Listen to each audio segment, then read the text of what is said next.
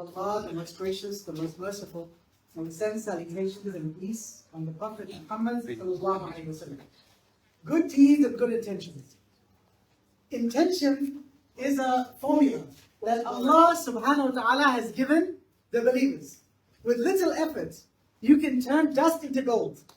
The Prophet sallallahu alaihi wasallam said, إِنَّمَا الْأَعْمَالُ بِالنِّيَّاتِ. Actions are based upon intentions. This is muttafaqun alayhi in Bukhari and Muslim. Some people misunderstand this hadith. Through a good intention, impermissible deeds become halal and sins become acts of reward. This is completely wrong. A sin is always going to stay a sin. Whether you intend good by it or not. You stole from the guy, you had a noble intention, you wanted to be Robin Hood. If you steal from their house with the intention of giving the stolen wealth in charity, you will not be absolved of the sin of stealing. On the day of judgment, you have to account for it. The correct meaning of this hadith is as follows.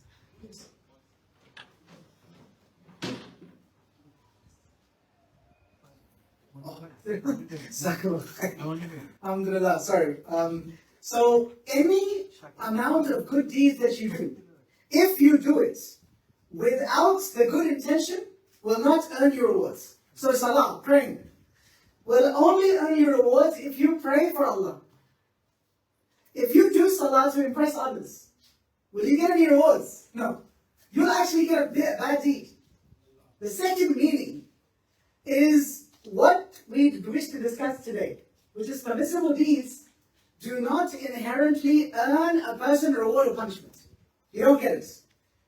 However, if you do a good deed with an intention, it becomes an act of worship and it earns you reward. For example, eating is a permissible act.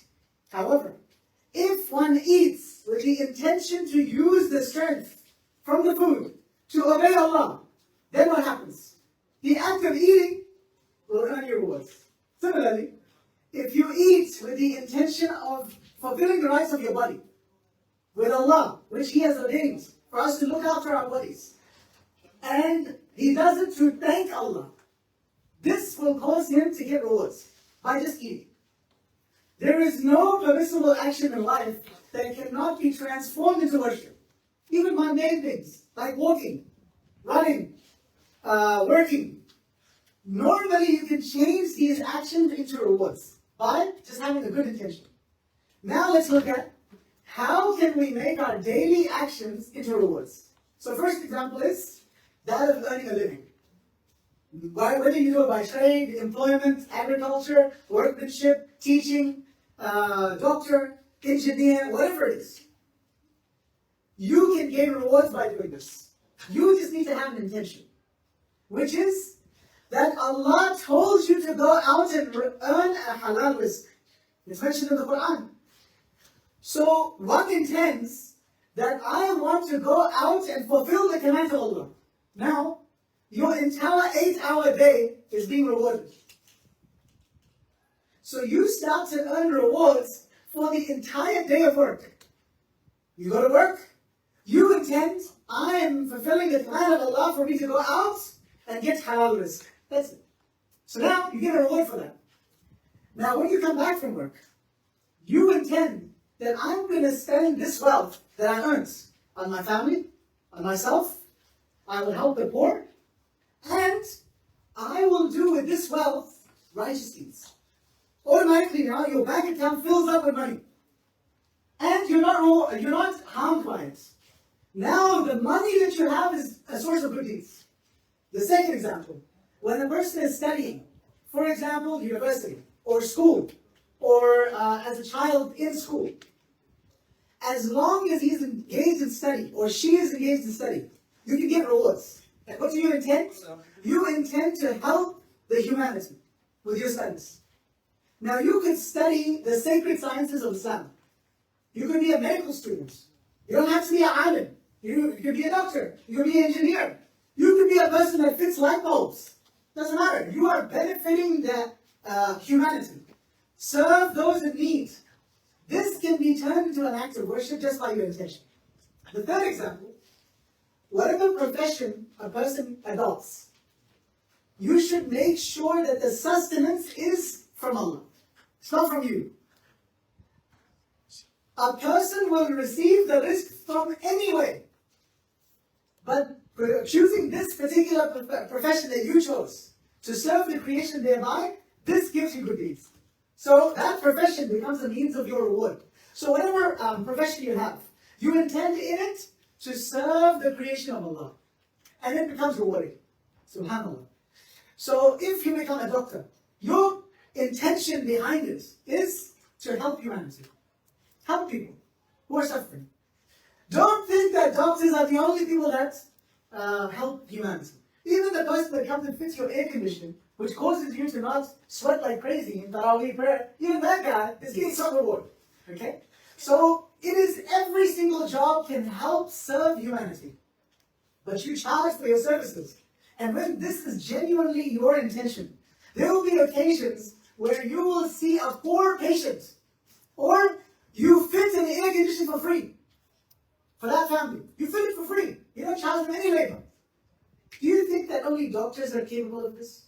Do you think that only engineers are capable of this? Any human being that has a skill set is capable of this, being generous in their profession.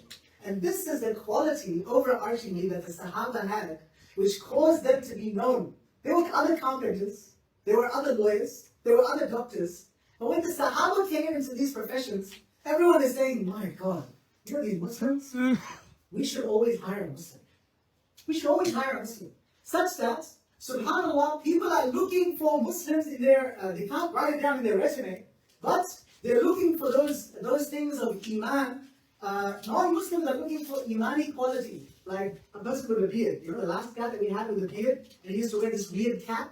You know, mashallah, they used to be very, very punctual, and also they used to fear Allah. So when the cameras were turned off, they would still not steal from us. This is the qualities that we need to have as Muslims.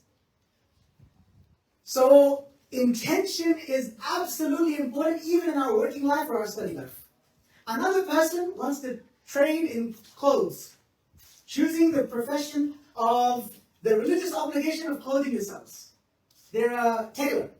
It is hoped that this will earn a person rewards. Similarly, a civil servant, a person who's working for the government, hopes to have opportunity to fulfill the needs of people. This person will also earn a reward for his intention. In short, there is no profession on earth which a good intention cannot be made. Of course, you shouldn't be doing the haram or engaging with the haram. We've talked about studying, working, looking at different examples of doctors and engineers and everyone in the working sphere. In addition to this, a person can wear good clothes to show the blessings that you have. Have a nice car. Have a nice house. Why? Not because they want to consider the other person as unlofty. He is doing it to display the blessings of Allah. They don't get shunned for this. One should love your children. I see so many kids today. It was the practice of the Prophet ﷺ to love children. Another is to help out around the house. This cleaning, dishwashing, this can be a means of reward for you. The Prophet ﷺ himself would lend a hand to his wife. Household chores. Another point is that you should speak cheerfully with your wife. SubhanAllah. When it comes to the husband, how come? When it comes to the wife, how come all of a sudden the tone becomes serious? How come? Maybe this is the time to reflect on this. The closest person to you is indeed your spouse, your wife. And if I want to know something truly, before doing business with someone, or traveling with someone, the thing that allows you to know someone best is the people that know them best. And the person that knows you best, undoubtedly, are your mothers and fathers, and definitely your wives. Okay? And your husbands. Another point is hospitality, khidmah. You see people over here, mashallah, they make sure that they come. We are struggling to come at the time of 9 o'clock. Mashallah, there's people here that take all of the rewards of all of our Tarawih prayers combined. You know what they do? They do something called khidmah. They do service. And you know what it is? You have to come here 30 minutes before anyone else comes. You have to open the doors. You have to put these mats down. You have to finish with the mats. And when everyone else leaves, they're in their car, they're gone home, they're home and they're in bed by 11 o'clock. These guys are still here. What is this khidmah? Their intention is what? Their intention is to show off. They're not going to get any reward. But if their intention is to serve not only human beings, but the Muslims, and to make an act of worship easier for them, such that when you come here, everything is beautiful. The room is cool, it's nice, the mats are laid out, everything is looking good. SubhanAllah, this is a source of continual reward for them. Continual reward. And so, as a summary, we've discussed intentions. You can take mundane actions like working, sleeping, going to the toilet, coming out of the toilet, eating, drinking, studying. All of these actions can be turned into a source of good deeds just because of a noble intention. May Allah subhanahu wa ta'ala allow us to have noble intentions. And inshallah ta'ala, I just wanted to make a special dua today for the brothers and sisters that we have in Palestine and around the world. So it's very short, so I'll just get you guys to say Ameen. Allahumma aslih ahwal al-muslimin fi Palestine wa fi kulli makan. Ameen. جزاكم الله خير وصلى الله على سيدنا محمد وعلى آله وصحبه